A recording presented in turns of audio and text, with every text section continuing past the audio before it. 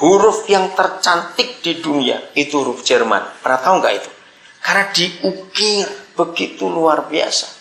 Huruf Jerman itu sangat cantik. Karena ada aturan untuk menulis, nggak boleh sembarangan.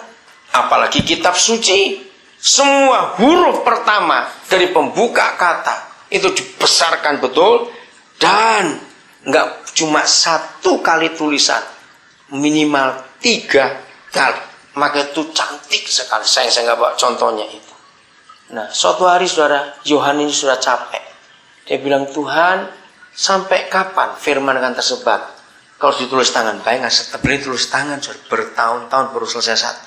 Dalam doanya dia berkata, beri aku sesuatu supaya firman ini cepat disebarkan. Nah, sesuatunya apa kan nggak tahu. Dalam doa itu surga menjawab. Dia dapat ide. Lempengan-lempengan kayu diukir dulu, terus dicetak. Tapi terbalik. Pertama dia nggak ngerti. Dia punya teman dari Austria, saya lupa siapa namanya, itu pengusaha. Nah dia cerita. Akhirnya pengusaha ini mendanai dan mulailah dibuat per huruf, pakai dicor, pakai logam. Jadilah mesin cetak. Bulan November tahun 85, pertama kali saya ke Frankfurt. Sejak SD saya sudah baca sejarah itu.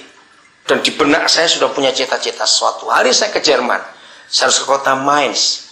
Kota Mainz itu kota kecil di sebelah mana? Timur Frankfurt dan nggak ada airport. Jadi kalau tolong saya turun Frankfurt. Dan saya dapat kesempatan pertama kali saya mendarat di lapangan terbang Frankfurt itu November tahun 85. Dari airport yang antar saya bilang, jangan saya diajak makan dulu. Itu langsung dari Indonesia. Langsung ajak saya ke Mainz. Itu kurangnya cuma 35 km. Kenapa? Saya mau ke gereja di mana Johann Gutenberg pernah berdoa. Dan mesin cetak yang pertama dia buat masih ada di situ, di museum. Saudara, begitu saya masuk gedung gereja itu, saya lihat mesin cetak itu, saya langsung berlutut, saya sujud, saya menangis. Karena firman-Mu ada barang ini. Dan karena ada barang ini lahir mesin tik. Dari mesin tik terus-terus sampai komputer sekarang ini. Hebat gak Alkitab ini? Semua karena firman. Saya lanjutkan. Satu-satunya buku yang menuliskan definisi kasih sejak ditemukannya mesin cetak pertama awal abad 16 itu sampai hari ini diperkirakan di dunia ini ada 5 juta judul buku. Bukan 5 juta buku loh saudara, kurang lebih. Judul banyak sekali. Nah bayangkan di antara sekian juta judul buku hanya satu buku yang namanya kitab suci yang ada definisi tentang kasih. 1 Korintus 13, masih ingat itu? What is love? Apa itu kasih? Itu cuma ada di 1 Korintus 13. Tidak ada buku lain di dunia yang pernah menuliskan definisi. Yang lebih hebat lagi, 1 Yohanes 4 ayat 8. Cara nanti baca dulu. 1 Yohanes 4 ayat 8. Itulah satu-satunya tulisan yang memberitahu siapa kasih itu. Who is love? Tuhan kita itu kasih. Nah, padahal kasih adalah kebutuhan mutlak semua manusia, betul? Tanpa kasih nggak ada apa-apa di dunia. Berarti kalau bukan gereja yang menyatakan kasih di dunia, maka kelompok lain nggak akan punya, karena nggak punya tulisan tentang kasih. Cinta banyak, beda loh cinta dengan kasih. Kita bersyukur dalam bahasa Indonesia ada 2 kata itu. Kalau bahasa Inggris love dan lust. Cinta itu hanya boleh dimiliki setelah 2 orang itu menikah. Selama pacaran hanya boleh pakai kasih. Sebab dalam cinta ada unsur seks. Dan itu bedanya. Kalau cinta ada di mana-mana. Tapi ini kasih beda. Bayi-bayi yang gak dikasih dia langsung mati dalam 3 bulan. Walaupun dia diberi makan, diberi susu yang termahal. Kalau gak disentuh, gak diraba dengan tangan, dia mati. Saudara cari buku tentang anak-anak, mengagumkan sekali.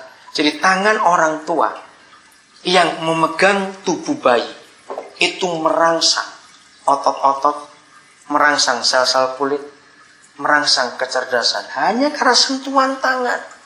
Begitu kenapa kalau bayi nangis tiba-tiba tangan dia diam? Karena rasa aman, ada kasih di dalam tangan kita. Satu-satunya Tuhan yang bicara tentang jamahan tangan itu Tuhan kita. Dari sejak perjanjian lama dia ngomong soal letakkan tangan, letakkan tangan. Nomor 2, Ini yang pertama, Injil adalah kasih. Nomor 2, Yesus berkata. Coba saudara baca 1 Yohanes 7:38. Dengan cepat salah seorang. Yohanes 7:38. Apa yang kedua, benda kedua digambarkan tentang Injil? Yohanes 7:38. Yuk cepat, siapa aja yang sudah dapat silakan duluan. Iya. Seperti yang dikatakan oleh kitab suci, dari dalam hatinya akan mengalir aliran-aliran air hidup. Enggak cuma satu aliran, aliran-aliran. Bisa 5, bisa 10, bisa 20, tergantung. Tapi persyaratannya ini, barang siapa percaya kepadaku, Yesus, tapi kriterianya seperti yang dikatakan kitab suci. Maka dari dalam hidup orang itu akan ada mata air banyak, yaitu mata air hidup. Jawab, kalau suruh milih dengan keadaan terpaksa antara makan dan minum, orang lebih butuh mana? Jelas air, minum. Injil itu air, sudah. Maka air itu kebutuhan mutlak semua manusia. Seharusnya Injil nggak akan ditolak oleh orang. Kalau gereja marketingnya bagus. Betul, ngerti kata ini? Air itu kebutuhan mutlak. Berarti masih banyak orang Kristen yang hanya percaya Yesus, tapi tidak seperti yang dikatakan kitab suci. Maka itu nggak ada air yang keluar. Cuma ada satu di antara dua. Kalau nggak air bersih, air got yang keluar gitu saja sudah. Kamu bukan ilustrasi untuk membuat kita mengerti. Nah itu yang terjadi.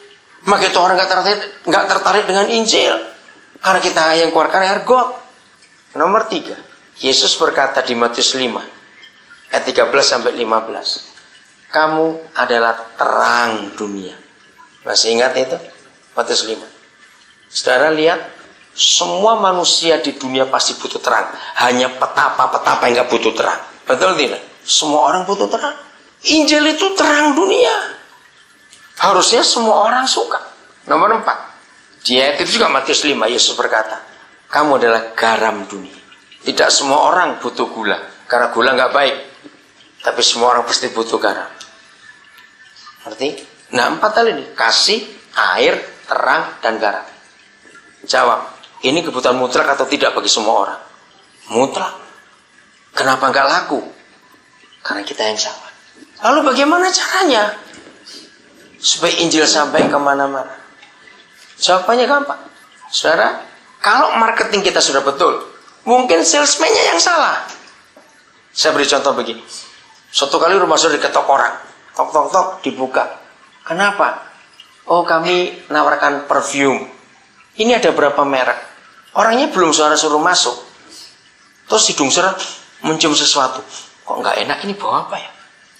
Ternyata bau badan orang itu, ampun. Ngerti ilustrasi ini? Mana laku perfumnya? Lo ngerti nggak ini ilustrasi ini? Dia jual parfum tapi baunya minta ampun. Sama.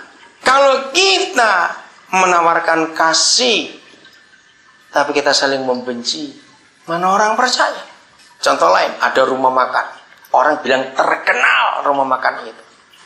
Tapi ketika kita tahu anak-anak pemiliknya kurus-kurus kurang gizi.